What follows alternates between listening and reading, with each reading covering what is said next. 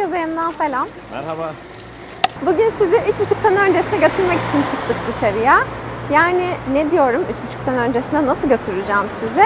Buraya ilk geldiğimiz zamana götüreceğiz. Neler yaptık, nasıl yaşadık, o 3,5 seneyi nasıl geçirdik, nelerle meşguldük bu 3,5 yıllık süreçte. Biraz bunlardan bahsetmek istiyorum. Önce ilk kiraladığımız evimizle başlayacağız. Bu arada nasıl Prag'a taşındığımızla ilgili aslında bir video çekmiştik. Bu videonun da başlığı yurt dışında yüksek lisanstı. Çünkü biz yüksek lisans için gelmiştik Prag'a ve daha sonra da kalmaya karar verdik. 3,5 yıldır da buradayız. Peki neler yapıyoruz? Neler yaptık o süreçte ve şu an neler yapıyoruz? Sizinle bunları paylaşacağız bu videoda. O yüzden takipte kalın. Umarım keyifle izlersiniz.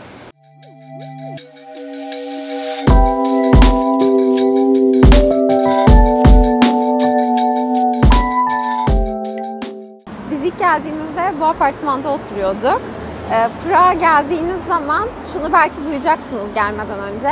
Ev bulmak gerçekten çok zor ya da işte ev kiraya verirken çok seçici davranıyorlar diye.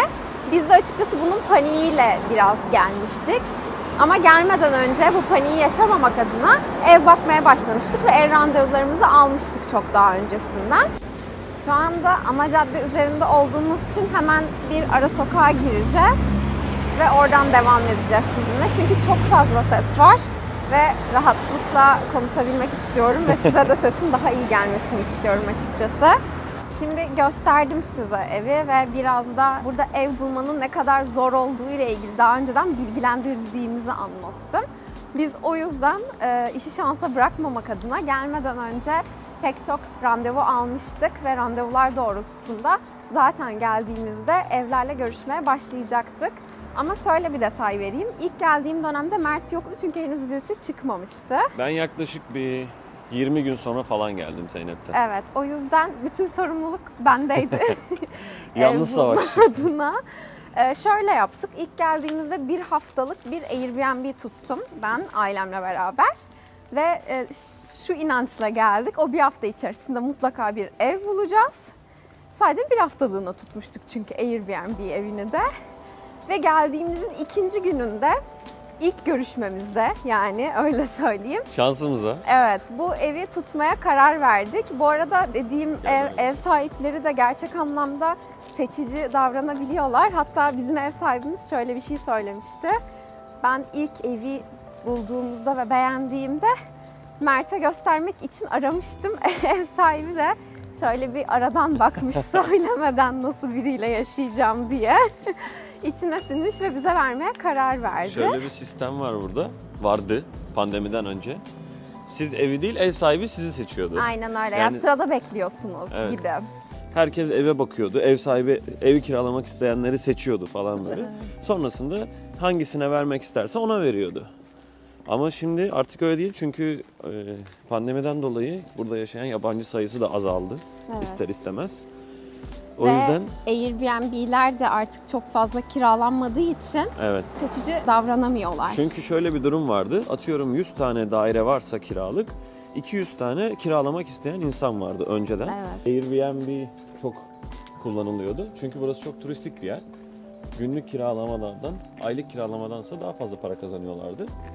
Ama şu anda turizm hiç olmadığı için o Airbnb'lerin de çoğu, %90'ı aylık kiralamaya döndü. O yüzden şu an ev çok, bu sefer de kiralayacak insan az var. Evet. O yüzden fiyatlar düştü biraz. Biraz düştü ve çok da seçici davranamıyorlar. Evet. Neyse demişken biz bu evi tutmaya karar verdik çünkü şöyle bir bilgi aldık.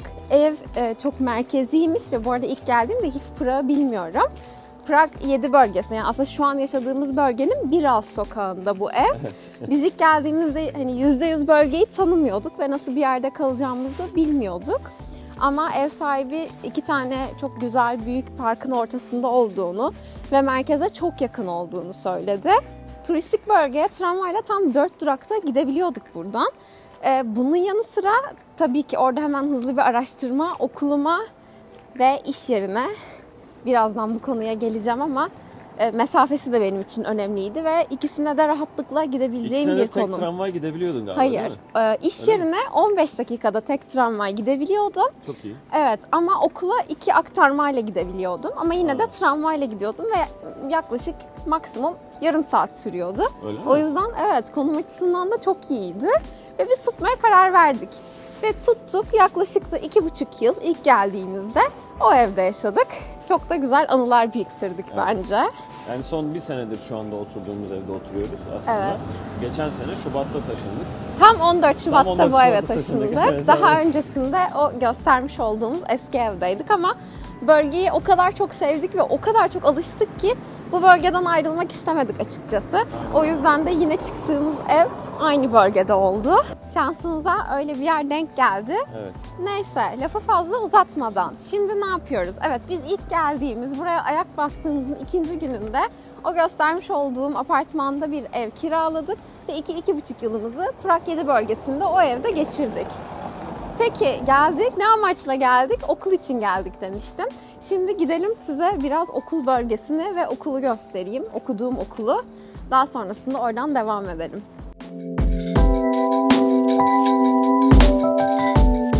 Şimdi okula gideceğiz tramvaya binip. Bu arada biraz önce yanlış bir paylaşım yapmışım. Yani o kadar hızlı unutmuşum ki aslında nasıl gittiğim okula. Tek tramvayla gidebiliyorum aktarma yapmadan. Tam tersi okul iş yeri arasında aktarma yapıyordum. Oraya birazdan geleceğim zaten. Şimdi Prag 3 bölgesine gidiyoruz. Žižkov bölgesinde çünkü okulum. Prag 7'den Prag 3'e 26 numara gidiyor. Bu turistik bölgeden geçeceğiz ve daha sonra da Žižkov bölgesine doğru ilerleyeceğiz. Okulun önünde görüşürüz. Daha sonra detayları oradan paylaşırım sizinle.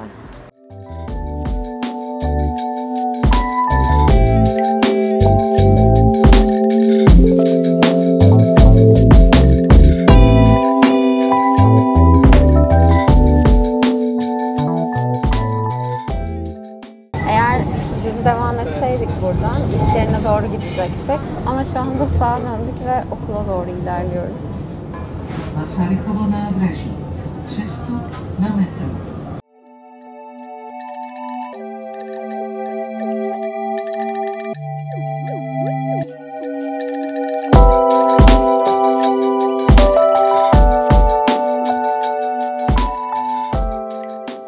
Şu anda çok duygulandım ya. Normalde bitsin artık yeter diyerek git gel yaptığım şu yol şu an beni o kadar duygulandırdı ki anlatamam size. Ve üstünden yaklaşık 2 sene geçmiş olması. Evet ya Yani- ne ara bitti gerçekten aklım almıyor. Çünkü ciddi anlamda çok zorlandığım bir 2 yıllık süreç olmuştu burada master yapmak. Ama hani şu an bilmiyorum farklı hissettirdi bana yani böyle o günleri anımsadım. Ya ilk geldiğimdeki mesela o çekincelerim, korkularım acaba olacak mı? Tek başıma başka bir yerdeyim ilk dönemde çünkü yaklaşık 1 ay Mert yoktu. Neyse şu anda biz Prag 3 bölgesindeyiz. Okulum da Prag 3'te Žižkov diye adlandırılan bir bölgede.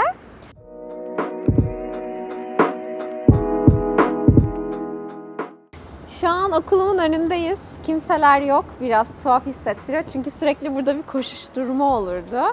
Burası Vyššie diye geçen Prag Ekonomi Üniversitesi. Vysoká škola mı? Ekonomička. V Praze. Vysoká škola ekonomička V Praze. v Praze. Dur şuradan göstereyim. Çekçesi o. Telaffuzum için kusura bakmayın lütfen. Prag Ekonomi Üniversitesi diye geçiyor burası. Burada pek çok farklı alanda eğitim görebilirsiniz. Pek çok bölümleri var. Ancak işletme ve ekonomi anlamında gerçekten çok iyi bir üniversite, çok köklü bir üniversite. Aynı zamanda Avrupa sıralamasında da çok önemli bir konuma sahip olan bir üniversite. Tabii ben buraya gelmeden önce bu tarz bilgilere sahiptim ama ne kadar zorlayabilecekleri konusunda pek bir bilgiye sahip değildim. Burada MBA yaparsanız şöyle bir imkanı var. SAMS diye bir programları var. Bu SAMS programı pek çok uluslararası firmayla çalışıyor. Ve siz bu bölümden çıktıktan sonra yani SAMS programından mezun olduktan sonra o kurumsal firmalarda rahatlıkla çalışabiliyorsunuz. Mesela örnek vermek gerekirse Skoda o firmalardan biri. Gerçekten çok önemli bir program.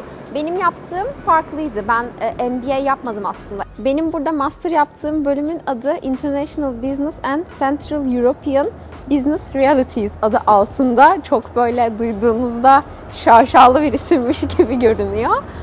Yani uluslararası işletme ve Orta Avrupa üzerine işte ekonomik çalışmalar, gerçeklikler gibi, ekonomi çalışmaları, neler var gündemimizde gibi bir programdı. 2 yılımı ben bu şekilde geçirdim. Hem işletme derslerim vardı, hem muhasebe derslerim vardı. Bunun yanı sıra proje derslerimiz vardı. İşte projeler hazırlıyorduk şirketler için. Bu şekilde aslında aktif bir 2 yıl geçirdim ben. Ama zor değil miydi senin için? Benim için çok zordu. Çünkü şu bilgiyi vereyim. Ben hem tam zamanlı bir öğrenciydim hem de tam zamanlı bir çalışandım. Nasıl oluyor diyeceksiniz? Ben de bilmiyorum. Prag'da şöyle bir güzellik var. Siz master okumak için geldiğinizde veya üniversite için bir eğitime geldiğinizde aynı zamanda sizin çalışma izniniz var. Yani sadece kampüs etrafında çalışmanız gerekmiyor veya kampüs içerisinde çalışmanız gerekmiyor. Ama firmalarda çalışabiliyorsunuz. Dolayısıyla ben bundan faydalanmak istemiştim. O yüzden de gelmeden önce başvurular gerçekleştirdim ve bir iş yerinden dönüş aldım. Daha sonra oraya da gideceğiz sizinle. Oradan daha detaylı anlatırım iş kısmını ama şunu söyleyeyim. Ben bu bilgiyi aldıktan sonra bir şekilde iş yeriyle ve okulla anlaşma yaptık. Normalde okulun bu şekilde izni yoktu aslında. Yani izni yoktu dediğim yarı zamanlı bir okuma imkanım yoktu veya akşam derslerim yoktu. Türkiye'de mesela akşam dersleri rahatlıkla olabiliyor master programlarında ama maalesef burada öyle bir şansımız yoktu. O yüzden ben şu şekilde ilerliyordum. Biraz iş yerinde öğle aramdan alıp İşte 1 saat geç çıkıp iş yerinde okula gelip 2 saat derse girip tekrar gidiyordum. Ya da özellikle seçmeli derslerimi akşam saatlerine alıyordum ki iş yerinden çıkar çıkmaz okula geleyim, dersi alayım, o şekilde geçmeye çalışayım gibi. Ama dediğim gibi benim için çok zorlu geçmişti çünkü hem dersleri alıyorsunuz, dersleri geçmeye çalışıyorsunuz hem devamsızlıkla ilgili çok büyük sıkıntı var. Maksimum 3 ders kaçırabiliyorduk yanlış hatırlamıyorsam. Evet. Nedenle benim için zorlu geçmişti hem iş hem çalışma hayatı. O zaman ne yapalım? Okulla tekrar bir vedalaşayım. Ben 2 yıl sürdü benim öğrencilik hayatım buradaki. Ve 2 yıl sonrasında mezun oldum. Mezun olabildim. Mezun olduğum için çok mutluyum. Çünkü gerçekten olamayacak diye düşünüyordum. Şimdi tekrar bir geçmişe dönelim ve mezuniyetime bakalım. Zeynep Cizmeti, born in İzmir.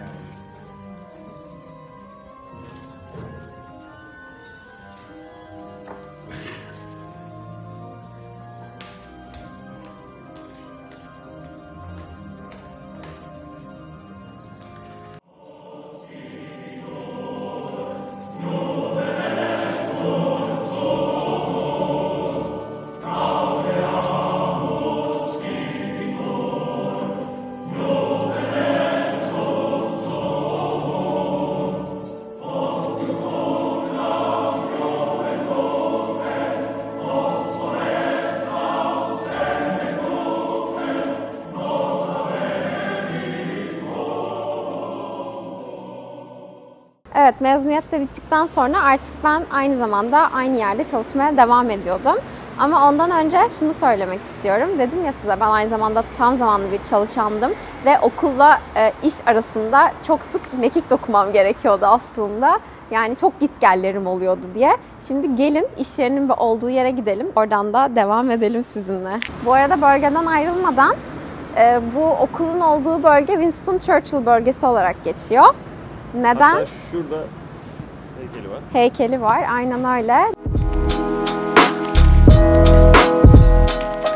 İkinci Dünya Savaşı'nda Winston Churchill Birleşik Krallığın başbakanıydı. Çekler 2. Dünya Savaşı'nda Nazi Almanyası tarafından işgal edilince buradaki direnişin ve başbakanlarının İngiltere'ye sığındığı, Churchill'ın onlara çok yardım ettiği söyleniyor.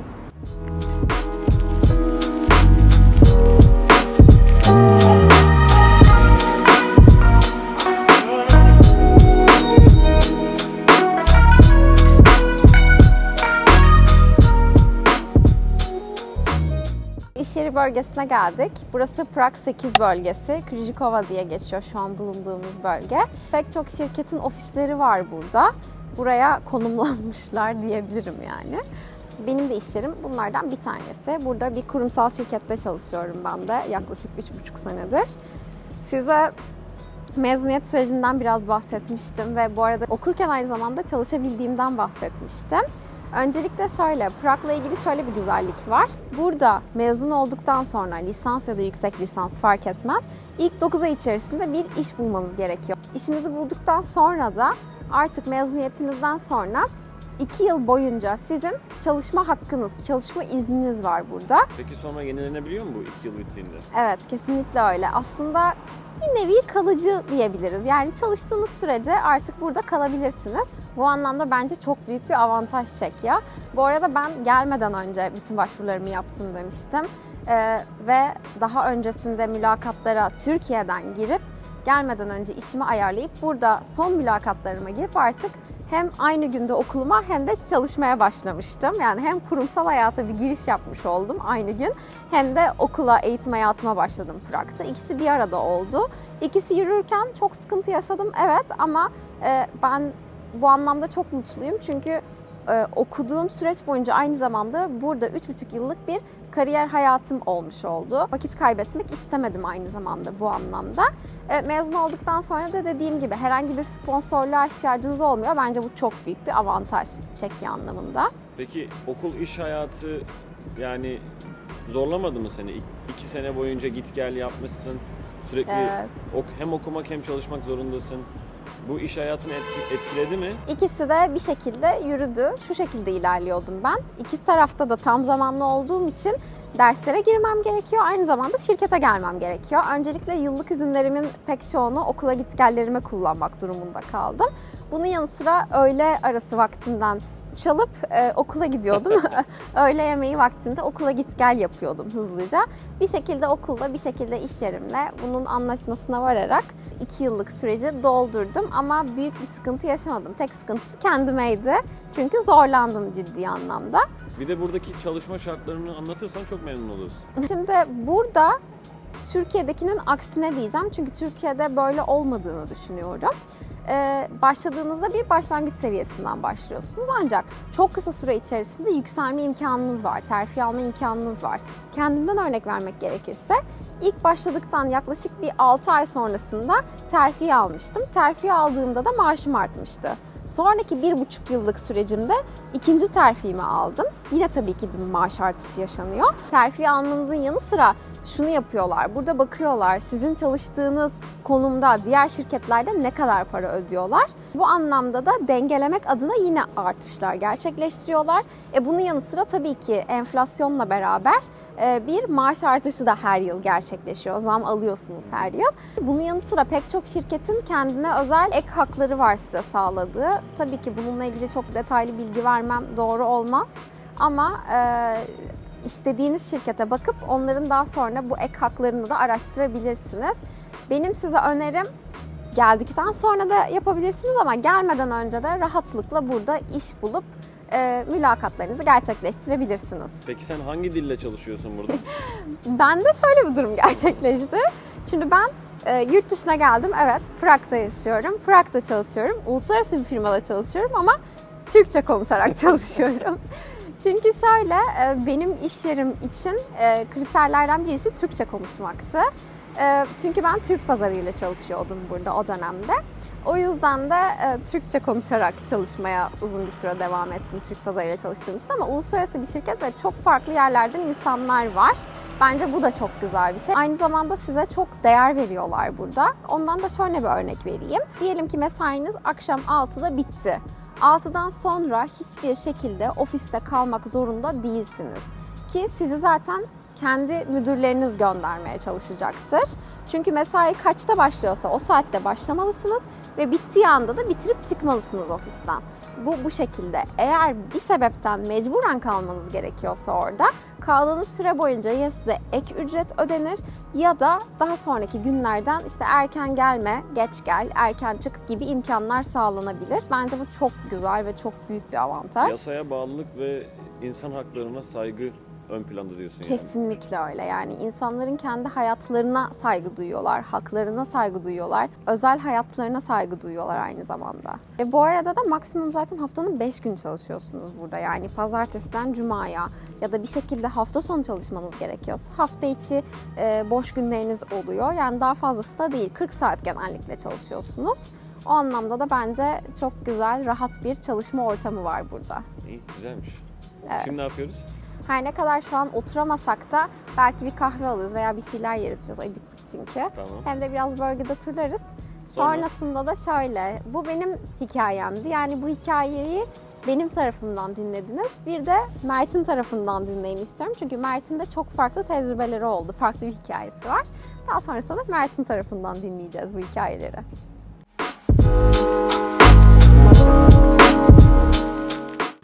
Kahve mi yemek mi derken yemek ağır bas. Tabii ki yemek. Sabah çok erken kahvaltı yaptık bugün. Evet. O yüzden bir şeyler atıştırmanın vakti geldi. Saat 2'yi çeyrek geçiyor çünkü. Ve gün uzun. Daha Mert'in tarafına gideceğiz. Benim şirketimle okulum tamamen ters yerdeler. Biraz da uzaklar şehre. Biraz mı? Bayağı uzaklar. Yani metroyla şu an bulunduğumuz lokasyondan oraya gitmek, benim iş yerime gitmek yaklaşık yarım saat sürüyor. Benim için mi o eve taşındın sen? Bana kızacaklar. Diyecekler ki o çok yakın mesafe dedin ama hani senin Mert'in ki şehir dışında diye. Senin şansın öyle denk geldi ya. Evet doğru. Şimdi burada çok bilinen, markalaşmış bir yer var. Böyle bagetler yapıyorlar çeşit çeşit. Buradan yemeğimizi alalım.